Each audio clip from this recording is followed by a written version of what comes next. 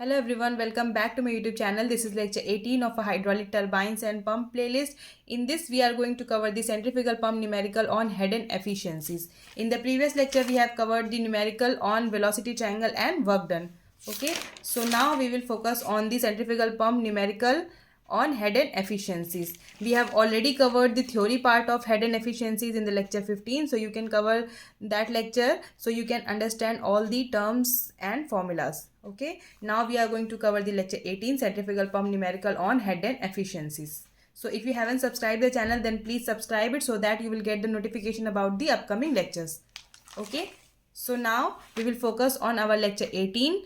We will read out the question first. A centrifugal pump is operating at a speed of 1100 rpm. The internal and external diameter of the impeller are 200 mm and 400 mm respectively. If the tangential velocity at inlet and outlet are u1 is equals to 11.52 meter per second and u2 is equals to 23.04 meter per second respectively, and the flow velocities at inlet and outlet are vf1 is equals to vf2 is equals to 4.2 meter per second, and the world velocity at inlet vw1 is equals to 0 and world velocity at outlet vw2 is equals to 15.76 meter per second.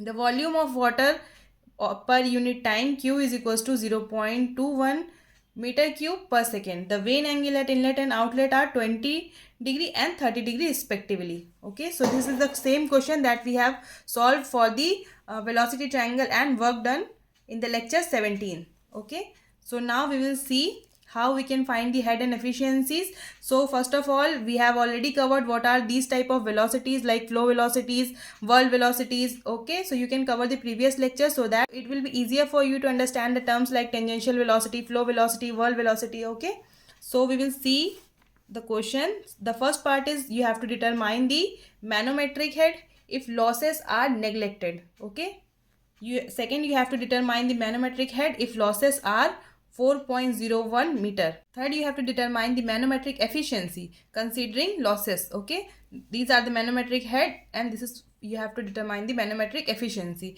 Next, you have to determine the mechanical efficiency when shaft power is 80 kilowatt.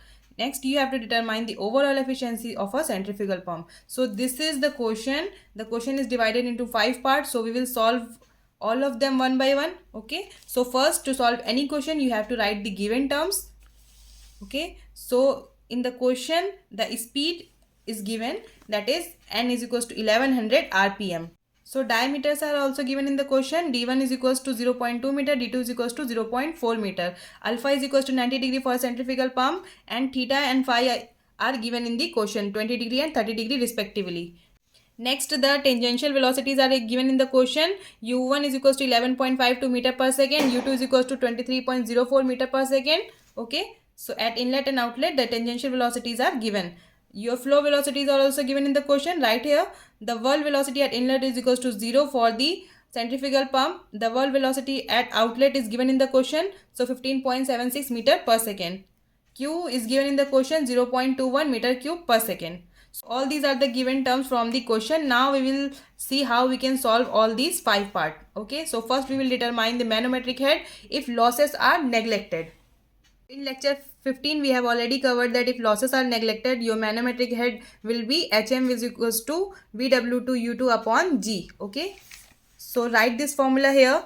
hm is equals to vw2 u2 upon g. So vw2 value will be equals to 15.76 multiplied by your u2 value.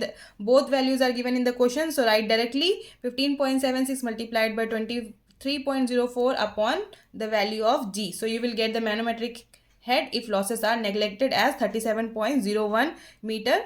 Okay, and we have already covered how we can find vw2 u2 in the previous lecture. Okay, but in this question vw2 value and u2 values are given in the question directly, so use those values and write here. Okay, you have to know the formulas of manometric head if losses are neglected and when we are considering losses. Okay, so this is the first part of our question, that manometric head if losses are neglected, and the answer is 37.01 meter. Okay, next we will see the manometric head considering losses.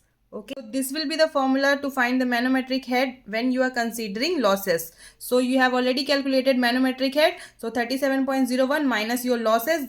Okay, 4.01 given in the question. So your manometric head will be equals to 33 meter considering losses. Okay, so this is the second part of your question. So in this way you can find the manometric head if losses are neglected and if losses are considered. Okay, so now we will move to the part 3, that is manometric efficiency considering head losses. Okay, so this is the formula to find the manometric efficiency. Okay, so this is your manometric head considering losses multiplied by G upon VW2 U2.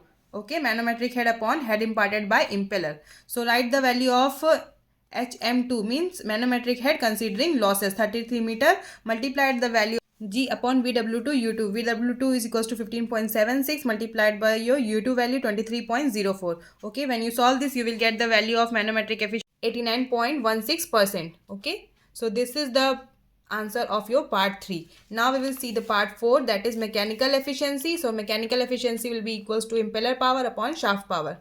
Okay, so the formula to find the mechanical efficiency will be equals to rho q VW2 U2 upon shaft power. So when you write all these terms like rho, the value of q is already given in the question, multiplied by your VW2 value multiplied by your U2 value upon your shaft power. Okay, shaft power is given in the kilowatt, so you have to consider the value in the same unit multiplied by 100. So you will get the mechanical efficiency as 95.31%. Now we will move to our fifth part. Okay, overall efficiency is the ratio of water power upon shaft power. So GQHM upon shaft power, or it is the multiplication of a manometric efficiency and mechanical efficiency. So we have already find the mechanical efficiency and manometric efficiency. So write these values and multiply.